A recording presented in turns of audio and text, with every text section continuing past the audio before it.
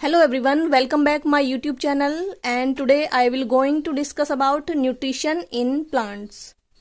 मतलब जो life processes है उसमें एक टॉपिक आता है न्यूट्रिशन इन प्लांट, पेड़ पौधों का न्यूट्रिशन, यानी कि पेड़ पौधों में न्यूट्रिशन, ये अपना भोजन कैसे लेते हैं। दोस्तों, जिस तरीके से हमें फूड की रिक्वायरमेंट होती है, जैसे हम भोजन लेते हैं, ठीक उसी प्रकार प्लांट्स को भी न्यूट्रिशन की रिक्वायरमेंट होती है। तो आज हम इसी के बारे में डिस्कस करेंगे। ओके फ्रेंड्स, हम लोग जानते हैं कि जो प्लांट्स होते हैं ये ऑटोट्रॉप्स होते हैं। कैसे होते हैं? क्योंकि ये अपना भोजन स्वयं बनाते हैं। मतलब green plants are autotrophs and makes their own food by the process of photosynthesis. जो ग्रीन प्लांट्स हैं ये ऑटोट्रॉप्स होते हैं और अपना भोजन स्वयं बनाते हैं। ओके किसकी प्रेजेंस में बनाते हैं? CO2 यानी कि कार्बन डाइऑक्साइड, वाटर लेके and sunlight energy and chlorophyll. जो क्लोरोफिल होता है वो ग्रीन पिगमेंट होता है जो कि क्लोरोप्लास्ट में पाया जाता है। तो ये सभी चारों कंपोनेंट्स मिलके जो फूड है उसका सिंथेसाइज करते हैं। तो उस प्रोसेस को बोलेंगे फोटोसिंथेसिस। तो हम कह सकते हैं the green plants make their own food. Food क्या बनाते हैं? ग्लूकोज, जिसका फॉर्मूला होता है C6H12O6 फ्रॉम कार्बन डाइऑक्साइड यानी कि CO2 and water H2O by using sunlight energy in presence of chlorophyll bye the process of photosynthesis. यानी कि फोटोसिंथेसिस की एक ऐसी क्रिया जिसमें जो हरे पेड़ पौधे होते हैं ये अपना भोजन स्वयं बनाते हैं, यानी कि ग्लूकोज यानी कि कार्बोहाइड्रेट का फॉर्मेशन करते हैं।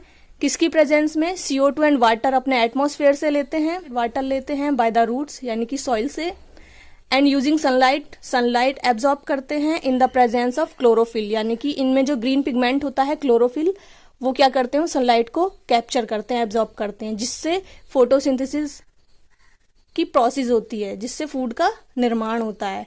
तो ये प्लांट्स क्या करते हैं? खुद ही भोजन का निर्माण करते हैं। ओके और ये जो फूड का निर्माण करते हैं इसी को ये यूटिलाइज करते हैं अपने न्यूट्रिशन के लिए, इसी को यूटिलाइज करते हैं जिससे इनकी ग्रोथ हो सके। ओके यहाँ पर आप देख सकते हैं ये ग्रीन प्लांट है। ओके और यहाँ पर ये सॉइल है, सॉइल पार्टिकल जिसमें वाटर अवेलेबल होता है। तो जो ग्रीन प्लांट्स है ये क्या करते हैं? ये वाटर को एब्जॉर्ब करते हैं थ्रू द रूट्स। ओके उसके बाद ये वाटर कहाँ ट्रांसफर होता है? जो ग्रीन प्लांट्स होते हैं उनके लीफ तक ये वाटर पहुंच जाता है। उसके बाद इसमें ऑलरेडी क्लोरोफिल होता है। क्लोरोफिल कहाँ पाया जाता है? क्लोरोप्लास्ट ऑर्गन, एक ऑर्गन होता है सेल्स के अंदर क्लोरोप्लास्ट, जिसमें क्लोरोफिल पिगमेंट पाया जाता है, जिसकी वजह से प्लांट्स ग्रीन कलर के होते हैं। ओके क्लोरोफिल इनमें ऑलरेडी प्रेजेंट होता है और ये क्लोरोफिल क्या करता है? सनलाइट को एब्जॉर्ब करता है। उसके बाद क्या करता है? ये वाटर यहाँ से रूट से लेते हैं। ओके और एटमॉस्फेयर से लेते हैं ये कार्बन डाइऑक्साइड। इन चारों कंपोनेंट से क्या बनाते हैं? यहाँ पर आप देख सकते हैं ग्लूकोज का फॉर्मेशन करते हैं, जो बाद में आके स्टार्च में कन्वर्ट कर देते हैं और स्टार्च इसमें स्टोर फूड होता है। ओके और यही फूड न्यूट्रिशन के लिए यूटिलाइज करते हैं, जिसकी वजह से प्लांट्स की ग्रोथ होती है। ओके ये जो प्लांट्स फूड का निर्माण करते हैं, कार्बोहाइड्रेट्स का निर्माण करते हैं, कार्बोहाइड्रेट मतलब ग्लूकोज एंड स्टार्च, इसी को जितने भी एनिमल्स हैं वो यूज करते हैं अपने भोजन के लिए, जिन्हें हेटेरोट्रॉप्स कहते हैं। अब क्योंकि ये अपना भोजन स्वयं बनाते हैं इसलिए इन्हें क्या बोलेंगे? ऑटोट्रॉप्स। क्या बोलेंगे? ऑटोट्रॉप्स। ओके तो यहाँ पर हम कह सकते हैं 6CO2 यानी कि carbon dioxide, green plant CO2 लेते हैं प्लस वाटर लेते हैं H2O। ओके किसकी प्रेजेंस में? सनलाइट एनर्जी एंड क्लोरोफिल इनमें ऑलरेडी होता है जो कि क्लोरोप्लास्ट में पाया जाता है। ओके तो इन चारों कंपोनेंट्स से किसका फॉर्मेशन होता है? C6H12O6 यानी कि ग्लूकोज, जो कि इनका मेन प्रोडक्ट होता है, फूड होता है, जिसको हम कार्बोहाइड्रेट कहते हैं। ओके और O2 रिलीज करते हैं यानी कि ऑक्सीजन रिलीज करते हैं। ऑक्सीजन बाई प्रोडक्ट होता है जिसको हम लोग यूटिलाइज करते हैं। मतलब सनलाइट से प्लांट्स ने सनलाइट लेके केमिकल का फॉर्मेशन किया, यानी कार्बोहाइड्रेट का फॉर्मेशन किया। तो इस तरह से हम कह सकते हैं that sunlight energy convert into chemical energy. मतलब जो ग्रीन प्लांट्स होते हैं वो सनलाइट जो एनर्जी होती है उसको कन्वर्ट करते हैं किसमें? केमिकल एनर्जी में। जो कि कार्बोहाइड्रेट कहलाता है, यानी कि फूड कहलाता है। ओके, तो यहाँ पर क्वेश्चन क्या बनता है, what are the requirements for photosynthesis. Photosynthesis के लिए क्या क्या रिक्वायरमेंट होती है, किस किस की ज़रूरत होती है। तो हम कह सकते हैं sunlight, CO2, water and chlorophyll, इन चारों कंपोनेंट की फोटोसिंथेसिस के लिए रिक्वायरमेंट होती है। तो दोस्तों क्वेश्चन आता है कि जो सनलाइट होती है वो प्लांट तो एब्जॉर्ब करते ही हैं, जिसकी वजह से फूड का सिंथेसाइज करते हैं, फूड का फॉर्मेशन करते हैं। एनिमल्स भी तो सनलाइट को यूटिलाइज करते हैं, एनिमल्स भी सनलाइट एब्जॉर्ब करते हैं। तो हम लोग क्यों फूड क्यों नहीं बना सकते, हम लोग क्यों नहीं बनाते फूड, हम लोग अपना भोजन क्यों सिंथेसाइज नहीं कर सकते। क्योंकि जो प्लांट्स होते हैं इनके पास ग्रीन पिगमेंट होता है, वो होता है क्लोरोफिल, जो कि एनिमल्स में प्रेजेंट नहीं होता। इसी वजह से हम लोग अपना भोजन खुद सिंथेसाइज नहीं कर सकते। फोटोसिंथेसिस की क्रिया में जो वाटर एब्जॉर्ब करते हैं प्लांट्स, इसके ब्रेकडाउन से O2 रिलीज होती है और हाइड्रोजन रिलीज होते हैं। ओके, तो फ्रेंड्स यहाँ पर हमने एक छोटा सा एक्सपेरिमेंट किया है जिससे ये प्रूफ होता है कि जो फोटोसिंथेसिस है उसके लिए सनलाइट की कितनी इम्पोर्टेंस होती है। तो यहाँ आप देख सकते हैं हमने एक छोटा सा पोटेड प्लांट लिया है।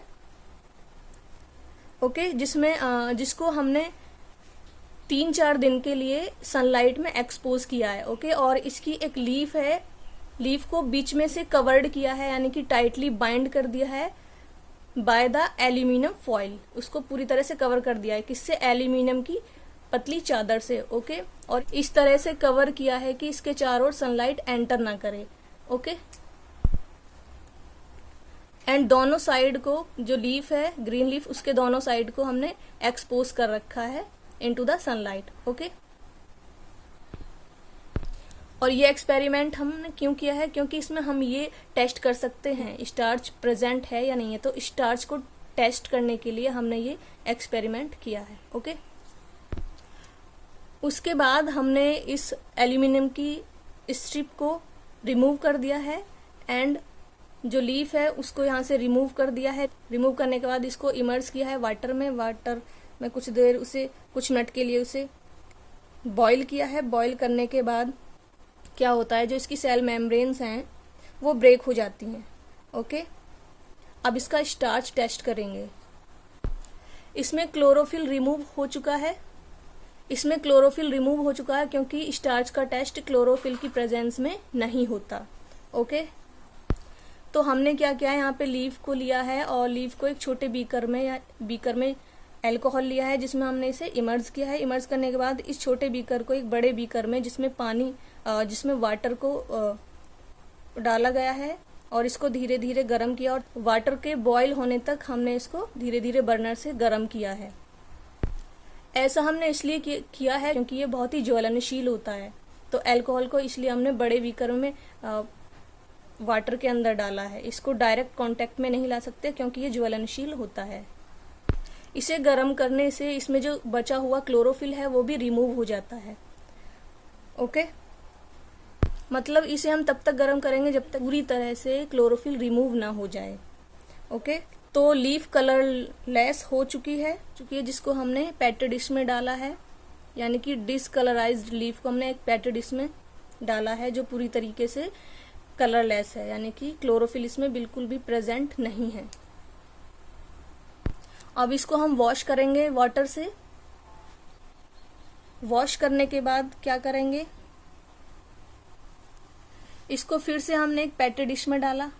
पेट्री डिश में रखने के बाद क्या किया, इसमें एक ड्रॉपर से आयोडीन सॉल्यूशन की एक ड्रॉप डाली।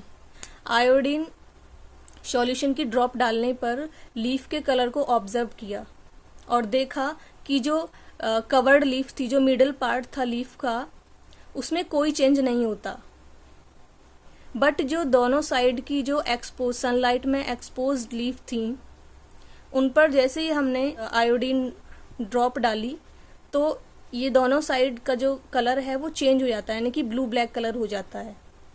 मतलब लीफ के मिडिल पार्ट में फोटोसिंथेसिस का प्रोसेस नहीं हुआ था, बट ये दोनों साइड का जो एक्सपोज्ड जो लीफ थी, जो साइड थे, इनका जो कलर है वो चेंज हो जाता है, यानी कि ब्लू और ब्लैक हो जाता है। इससे ये पता चलता है मिडिल पार्ट में स्टार्च का फॉर्मेशन नहीं हुआ है, बट जो दोनों साइड का जो पार्ट है, लीफ के दोनों साइड का जो पार्ट है, यहाँ पर स्टार्च का फॉर्मेशन होता है क्योंकि ये सनलाइट में एक्सपोज थी एंड इनको एल्यूमिनियम के स्ट्रिप से कवर्ड भी नहीं किया गया था, तो यहाँ पर फोटोसिंथेसिस का प्रोसेस हुआ था, तो इसलिए यहाँ पर स्टार्च का भी फॉर्मेशन हुआ था, इसलिए इनका जो कलर है वो चेंज हो जाता है, ब्लू और ब्लैक में कन्वर्ट हो जाता है। Okay, it means that no starch is present in this middle part of leaf. This is because the sunlight could not reach the covered middle part of the leaf, मतलब middle part ने photosynthesis नहीं किया, but जो uncovered leaf थी वो blue black में change हो जाती है आयोडीन की ड्रॉप डालने पर। इसका मतलब ये है कि यहाँ पर स्टार्च का फॉर्मेशन हुआ है, यानी स्टार्च प्रेजेंट है, जिससे यहाँ पर फोटोसिंथेसिस का प्रोसेस हुआ है। कंक्लूजन क्या है? कंक्लूजन ये है कि sunlight is necessary for photosynthesis. Okay, तो फ्रेंड्स ये तो था आज का टॉपिक न्यूट्रिशन इन प्लांट, जो कि लाइफ प्रोसेसेस चैप्टर से रिलेटेड है। ये वीडियो आपको कैसी लगी कमेंट बॉक्स में ज़रूर लिखें एंड वीडियो को लाइक करें, शेयर करें एंड चैनल को सब्सक्राइब करें। Thank you.